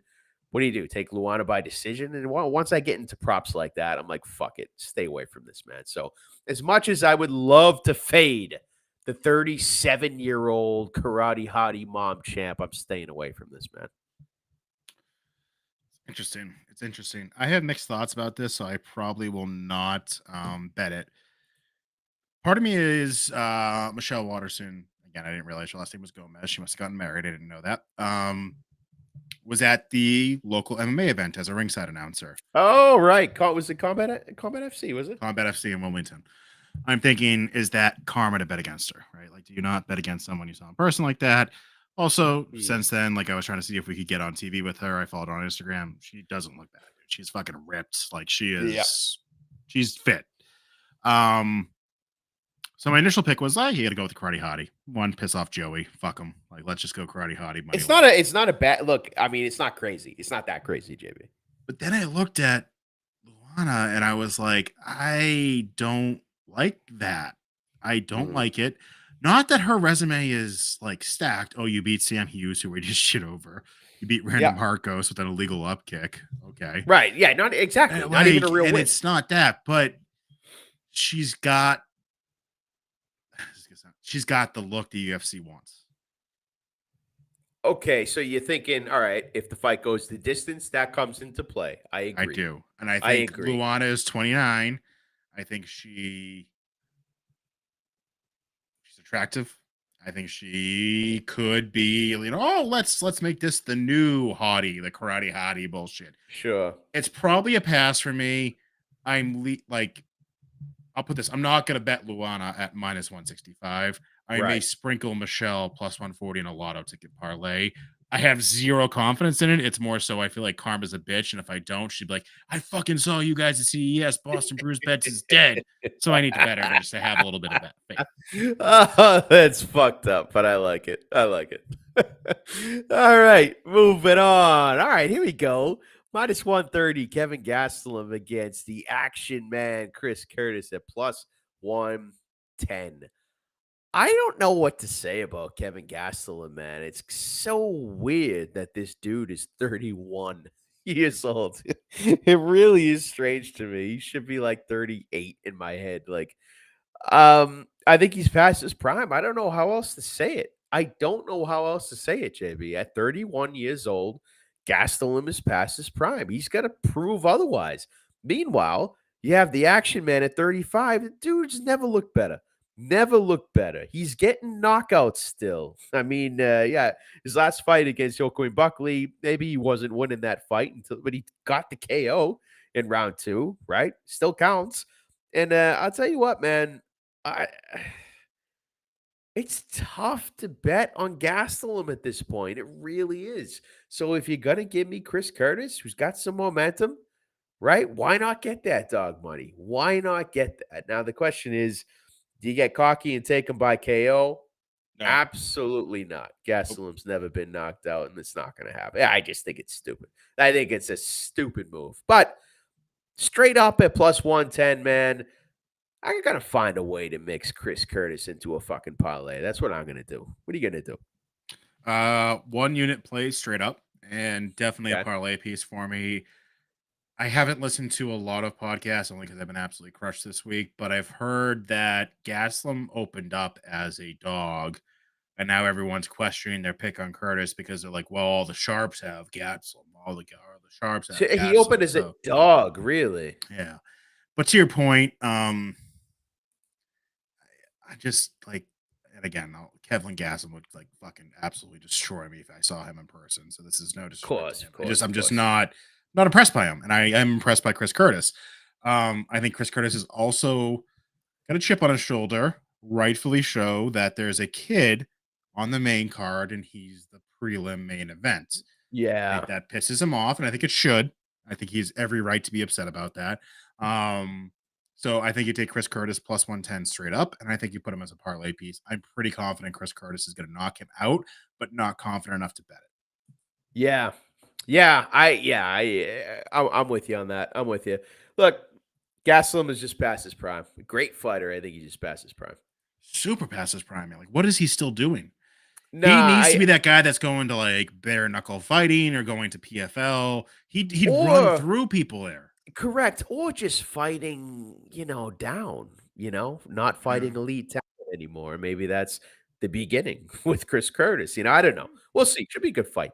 Speaking of kids, we got the 18-year-old and Raul Rosas, El Nino Problema. And he is he still 18? Yeah, I think he is still 18. So, minus 255 going against Christian Rodriguez, who's, he's 25. He's a young buck himself. The thing is for me, when you got two inexperienced guys in the UFC, Rodriguez only having 2 fights, he's won one of them, lost one of them, right? And then you have, Rosas, he's had 1 fight, real fight in the UFC, which he finished Jay Perrin. 2 young prospects. Are you going to take the one that the UFC is going all in on? Or are you going to take the other one and Christian Rodriguez? I'm going to take Raul Rosas, and I'm going to absolutely take him with confidence here. I really am, because I don't think the UFC, I haven't seen them this high on a young talent in quite some time, man, really. So I think they're going to try and give the kid a nice path. And that's why they're giving him a 25-year-old with only a couple fights, 1 win in the UFC. I think Rosas is going to get it done. I wouldn't even be surprised if he gets it done by finish, man. It's just what I'm thinking. I like the price at minus 255. So to me, Not going to take that straight up, but Raul Rosas will find himself in a parlay for sure. I don't disagree with anything you said. I'm probably not going to touch this fight, and here's why. Raul Rosas is the UFC's future. They're setting him up here, in my opinion. Right. That being said, Rosas fought a Dana White Contender Series and then fought Jay Perrin. Jay Perrin would absolutely kick my ass in the street. He's a great MMA fighter. We see him pretty frequently in the New England MMA community. So he is not a UFC fighter. He's a local MMA fighter. Nothing wrong with it. Yep. Again, beat the fuck out of me, and he got a UFC fight, so good for him. Rosas, he should get fucked up by somebody. Like, that sounds so bad to say. So what I might do is sprinkle Rosas inside the distance plus 120. Okay. Take him at plus 120. You don't want minus 255 on this kid. He's either going to get it inside the distance or he's going to lose inside the distance. This isn't going to go to decision. This is not going to go to decision. Yeah, maybe not. I don't know. I don't have a strong feeling either way. I do agree with you though. He's got to lose at some point. I just don't think it's against a 25-year-old with one win in the UFC. That math doesn't make sense knowing that the UFC is backing this kid 110% in his development journey. You know what I mean? It just doesn't make sense. I just hate he's like ranked number 55 bantamweight worldwide with a 7-0 record at 18. I'm like, dude, there's people in fucking Brazil that would kill this motherfucker. Yeah, that is kind of wild, dude. But I don't know. So what do you think? So what are you thinking? So it's either a pass or Rosas inside the distance for me. Again, I'm not taking Christian Rodriguez. I deep down hope Christian Rodriguez wins because I kind of like when like the UFC's plan goes to shit. So, I'll root for Rodriguez and hope that he, clocks him and it's like, oh, the dream is done. We don't have anything here. But I'll take Rosas probably inside the distance as a 1 unit at plus 120 single play, but probably not a parlay piece. All right. Like it. All right, next up, we got Kevin Holland coming in, the Trailblazer, minus 245 favorite against Santiago Ponzinibbio at plus 205. And I got to tell you here, JB, I can't trust Kevin Holland anymore. Thank you. From a betting standpoint, I can't do it. No way. Especially now, like coming off of 2 is like, where the fuck is his head at? Like you couldn't trust this guy to begin with. And now for 2 losses, it's like, what can you truly expect? How serious is he taking this? I have no idea. What I do know is that Santiago Ponzinibbio, like the guy, he beat Alex Morono, and I'm very high on Alex Morono, and he got him out of there. He finished him. I think is, after his injury, it's like you wonder what this guy could have been. But to me, he's still got that elite top 5 in his blood. I'm not saying he's going to ever end up there again. The guy's 36 now, but he had that at one point of his career, and I think if he comes in there with a game plan, man, I trust his fight IQ. I trust his skills. I think he could beat Kevin Holland, man. I do. I just don't know if I'm confident to get involved in this in any way. You know what I mean? I would like to take Santiago and at plus 205, maybe get a little action straight up just on that, But I might need some convincing, man. What do you think? Yeah, so I'm pretty high on Santiago here. Now, I will be completely transparent. My hatred for Kevin Holland is pretty high. It's gone up. It's gone up over the months. I will give Kevin Holland credit that he took the fight on to Kazmat on short notice. I give him that, but I feel like he belongs in the WWE and not the UFC. I think he's a great personality. I think he's got a great mouth and he loves talking shit. But let's just run. So he lost to Stephen Thompson. Okay. Lost to Kazmat. Everyone knew that. Oh, he beat Tim Means. Cool. He beat Alex Olivier. Cool. Like, you got to keep scrolling. He lost to Vettori. He lost to Brunson. Oh, he beat Ronaldo Souza in 2020. Like, he hasn't beaten anyone of substance recently, is my opinion. Yeah, true. That's true. Again, to your point, I am also high on Alex Morono, where I think I bet him against Santiago and I lost. And then you look at Santiago's losses, Michel Pereira, I had mixed feelings about him, but he's definitely dangerous. Neil, okay, cool. He beat Baez. And then he lost to the Leech. And then you got to scroll to see his last loss back in 2015. I don't care about anything that happened in 2015. Yeah. So Santiago here at plus 205. I got in this early. I've already bet this. He's already a parlay piece. He's already in a parlay piece with other things that are voided because it was, fights are canceled, Chiesa and all that. But this is I'm very confident on Santiago. All right, so you convinced me, man. You definitely convinced me. And even those losses that you mentioned against Michel Pereira and Jeff Neal, both of those were split decision losses. A judge thought he won both of those fights against They were. Pereira. The problem I have Neal. is Michel Pereira. I feel, and again, it was down to the judges. So what am I to say? I feel like Michel Pereira definitely did not win that fight. I remember that. It was wild. That was close. Yeah. So look, totally convinced me, bro. And I think it's a steal, actually, now that we're talking through it. Even at plus 205, man. Because you got one serious fighter and one not serious at all fighter. I'll take the serious fighter. Now what's going to happen is like Santiago got to have him down and like choke him out, and Kevin Holland's going to give the thumbs up and then come up and up kick him the next round. Possibly. Could happen. That shit. It could happen. Kevin Holland is set up for the WWF more than the UFC. Yep, I like that. That's a great take.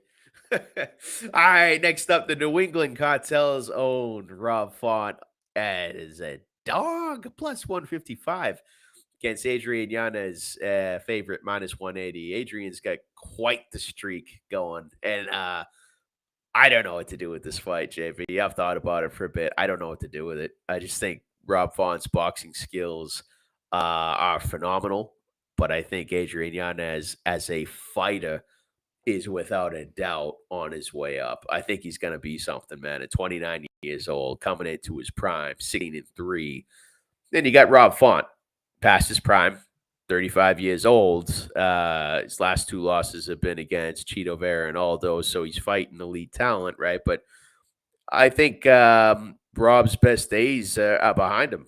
And I think if I were to take a stab here, it'd be on Yanez as the up-and-coming fighter. But I think it's going to be a close fight, man. I'm psyched to watch it. I'm staying away from this. I just love how you're like, oh, his best days are behind him, and he's 2 years younger than us. It's like, oh, so.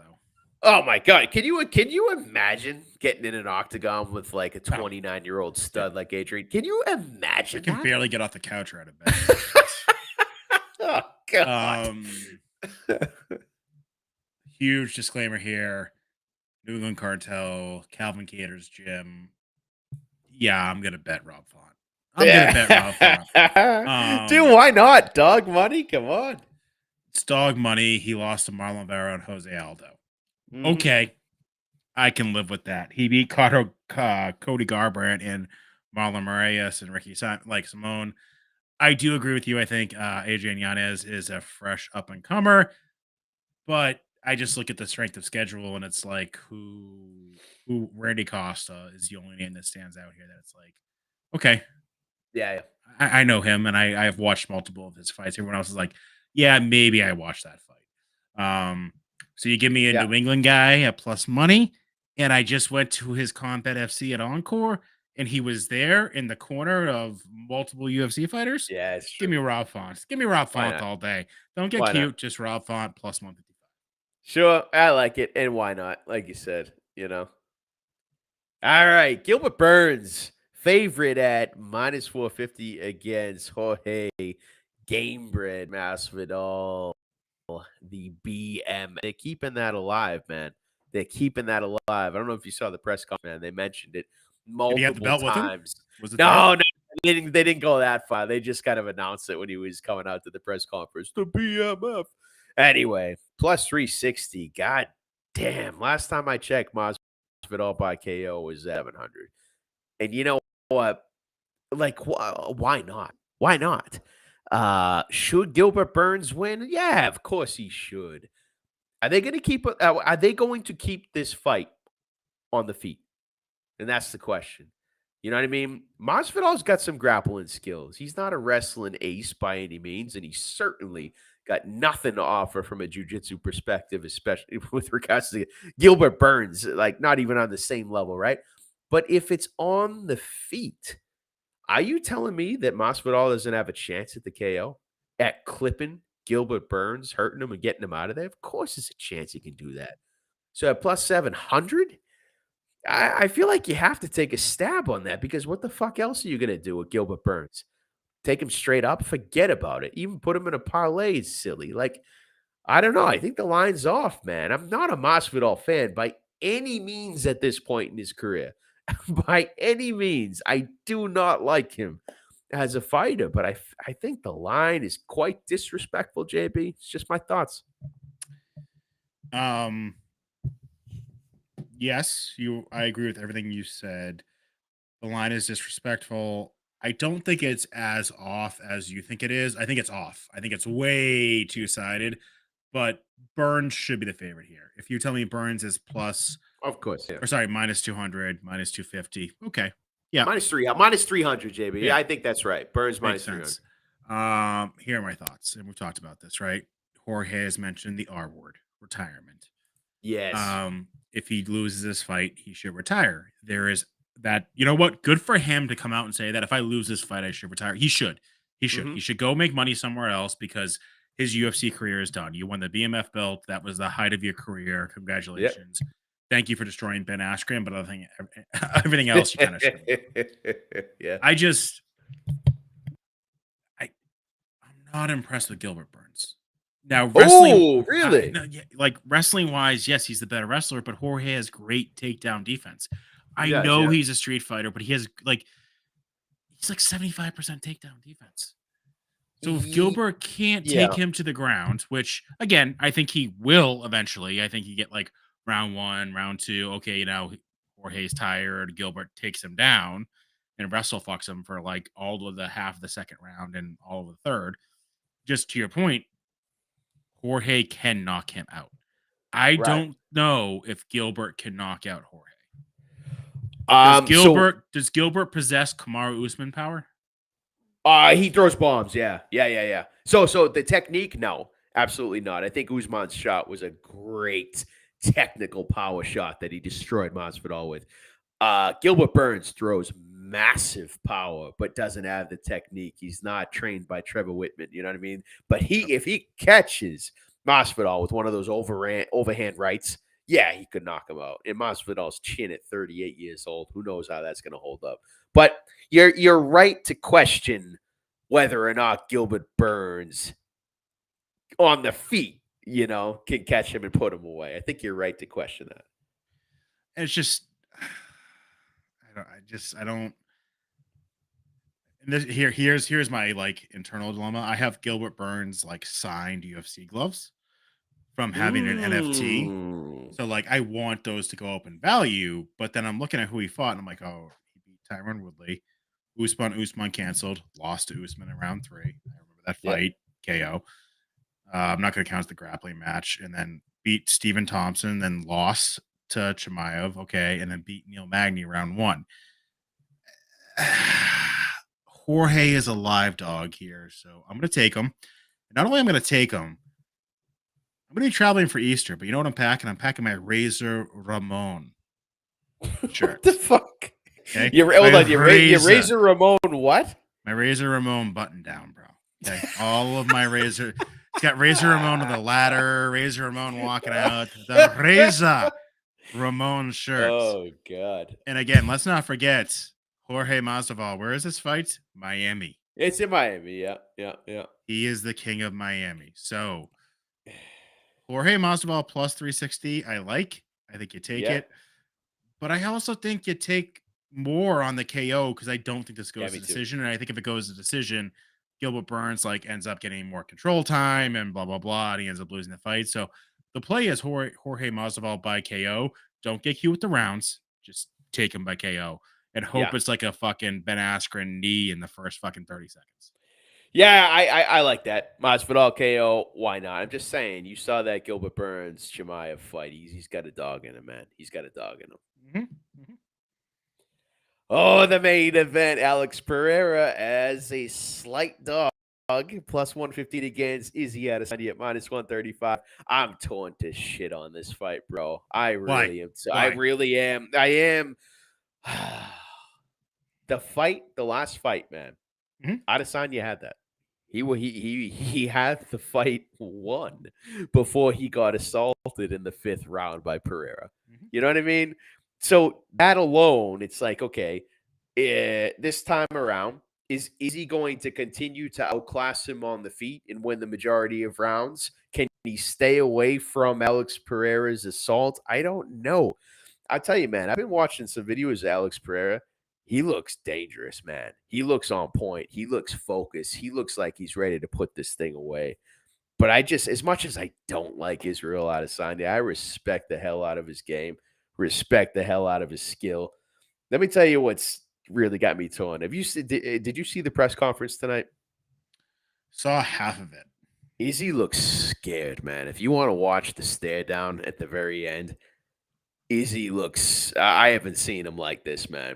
He's looking at a boogeyman that's beat him 3 times, knocked him out twice. Like, I don't know. I don't know. So, here's the thing. Alex Pereira has yet to let me down. I feel like you got to ride with him. I feel like you got to ride with him. And you know what?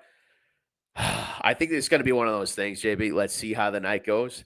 And finally, thank God, we'll have the flexibility to slang some last-minute bets from the comfort of our couch. That's going to be me. I'm not saying anything yet. I'm going to wait, see how the night goes, and it's going to be one of those things. If I need to, I'll pull the trigger big on Pereira. Yeah, so Pereira's gonna win. I'm very confident on it. I think you just take the plus 115. I think him by KO is plus 200, plus 195, depending on the book. I just don't see the value in just singling yourself out for that. To your point, I think Izzy is scared. I think Izzy has lost this human being all the time. I think Pereira is dangerous. I think he's more of a psychopath, and I think he's also coached by Glover Teixeira, which Correct. I think is so not talked about enough. Dude, he nailed a beautiful takedown in that last fight, man. Just and ridiculous. all you can think of is, goddamn, that was from Glover. And it's not just like, again, this is where I'll age myself. It's like almost like the Rocky Tommy Gunn like aspect. Like every time Glover takes a photo, it's like, oh, fucking Pereira is sitting in his family's couch as they watch a movie together. Yeah. Pereira is part of the Teixeira family. Yes. And I don't know if you remember, but like when Teixeira lost to, who did he just lose to? Yes. Or no. Well, goddamn, he lost to Jamal Hill. Yes. Do you remember Pereira staring down Jamal Hill? Oh yeah, in the corner. Yeah. Like that. This guy is psychotic. Like he just wants to kill people. So he's like, you just hurt someone that I care about. So I'm gonna run through Israel Adesanya. Then I'm gonna give up this belt, and I'm gonna come for yours and kill you. Yeah. He has that killer instinct. Adesanya became a. Let me ask you something. With Pereira, you said take him straight up, right? By KO, though. So you think Pereira wins the decision here? Outclasses Izzy, hits him with the better shots, but doesn't put him away? So I think he puts him away, but I'm not confident because Izzy, he's a style bender, right? Like he could go Matrix mode and be like, oh, but my point is like, what is significant strikes at the end? Like, you don't want to you don't want to sit here at the end of the night and be like, well, fuck, Pereira could have knocked him out 15 times. He didn't, but he like the significant strikes is absurd. And I'm going to lose money on it. Like you're getting plus money on Alex Pereira, the champion. You're getting plus money on the current fucking champ. Right. Take it. All right. Yeah. Sure. Now again, look, Izzy may come out here and like, oh, style bender, and oh, look at me. But you know what's going to happen if that happens? Pereira's going to get an instant rematch. He has to at that point. He would. Yeah. Without a doubt. Yeah, I think that makes sense, I suppose, even with the decision win by Pereira, because if he's the one doing the damage, which I believe clearly would be the case, when he connects, judges will take notice, as opposed to Izzy's style, connecting from the outside, dancing around and all that. So, all right, look, we'll see how the night goes. Maybe you can sway me. And I'm just like, Izzy became a decision machine. Pereira is a finisher machine. Correct. That is right. So look, the last fight, Pereira knew he had to go. and put pedal to the metal. He did, and Izzy could not stop him. Just too big of a man coming at you with fists of stone, bro. And we saw what happened, right? So the question is, if Pereira decides to do that again, you know what I mean? Can Izzy handle that? Can he run away, which he tried to do last time but got clipped? So I think that's the big question. Is Izzy capable of getting away from this guy when he comes to murder you? I don't know. I just, again, I'm very excited for this fight. I was very excited for the first fight. I did bet on Pereira. I was stoked when Izzy won. I've kind of bet against the whole Kamaru Usman, Nagano, Izzy Adesanya thing just because I don't like them. Oh, yeah. I just, Pereira is psycho, dude. He is. He's a different human, man. He's a different kind of human. Like they showed the video from the first round, and it was like Izzy and Pereira just stared at each other the entire 5 minutes of Bruce Buffer's introduction. I was like, no. It's Pereira who locked eyes with Izzy, and Izzy was like, if I break contact, I lose yeah, fight. exactly. You're exactly right. I want you to watch this stare down after the press conference. I want you to watch that, and you'll see that it is Izzy looking at a psychopath and trying to match his energy, and it shows, man. It really does. And you also know Izzy's gonna come out with some like absurd entrance, and Pereira's gonna come out with some like tribal, like this is me, who I am, and I'm gonna stab you to death. Like two different humans. You're exactly right. So I'm, again, to your point, I'm much more confident on Pereira, so I will see how the night goes. If it is a positive night for your boy, this will be a max play for me.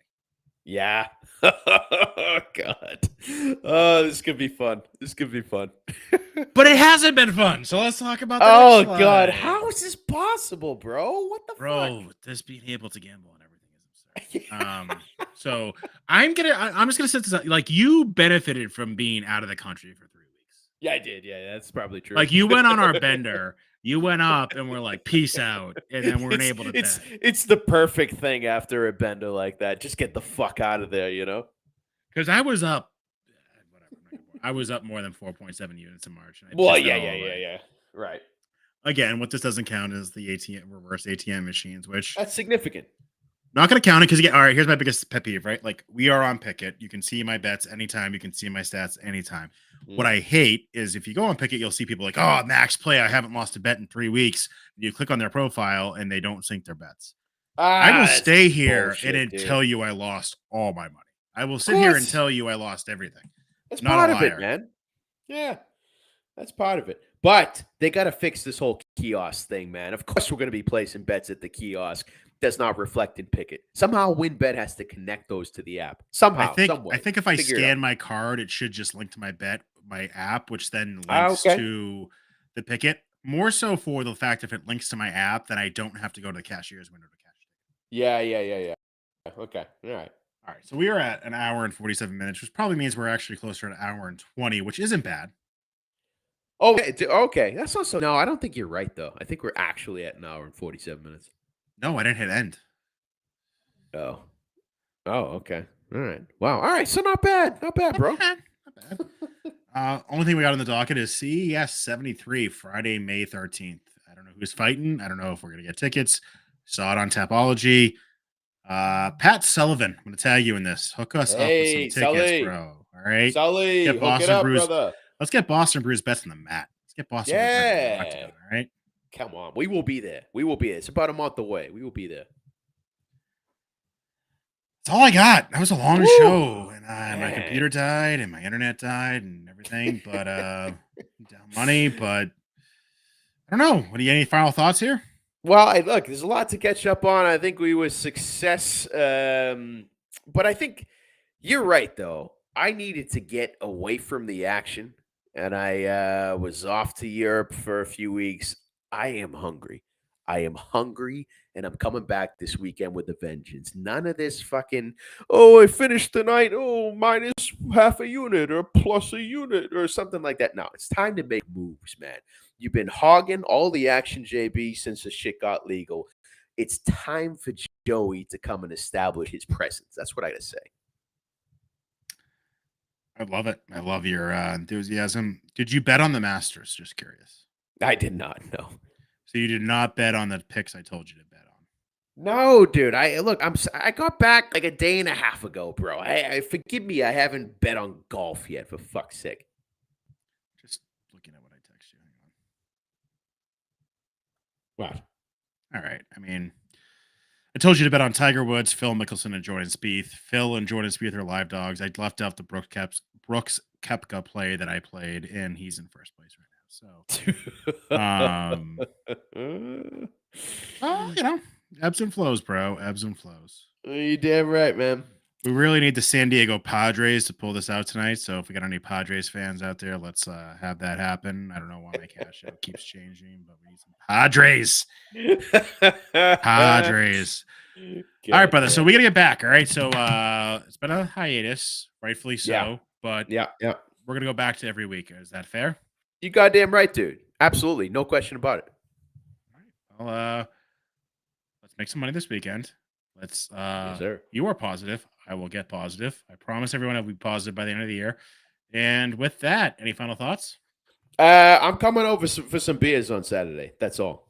I'm not here on Saturday, so you'll be in the front yard waiting. You son of a bitch. I thought you were around. No, I got to go to the in-laws for Easter because that's Oh, I family thought they thing. were coming to your place. All right. No, motherfucker, fine. no one You makes my son of a life bitch. easy. No. All right. Well, hey. Whoa, I'll time be- out, though. Brisket. What? Okay. Oh, okay. Hang on. We texted Oh, about yeah. this, but you were Australian brisket. I'm going to order it July 8th, pay-per-view. We're going to smoke a bunch of meat and smoke Dude. a bunch of weed and drink a bunch of beer. Dude, is this the 20 brisket for you order from Traeger? I don't know. I will find a brisket to order. I saw July 8th was a pay-per-view, and I was like, Kristen, I don't have plans these days. And she was like, yeah, what do you want? I was like, I'm just gonna not be here. I would. Yeah. Correct. I would like to smoke a brisket for 18 hours. That's what I would like to do. I'm in. Count me in, brother. All right. So maybe a live. We last final thought. Anyone who goes to our YouTube channel, this is going to be a terrible video. I will try to edit it. But the worst video was the live stream during March Madness. I think we had someone named Hank joined. But yeah, we'll get better. We're learning. We're learning. Exactly. We're learning. It's a learning process. I forgot about that, bro. Shit. All right. Well, we'll do another live stream with the brisket, right? Maybe. Yeah, it's pretty. All right. Until then, I will get positive. You stay positive. Be well, my friend. All right. Till next time.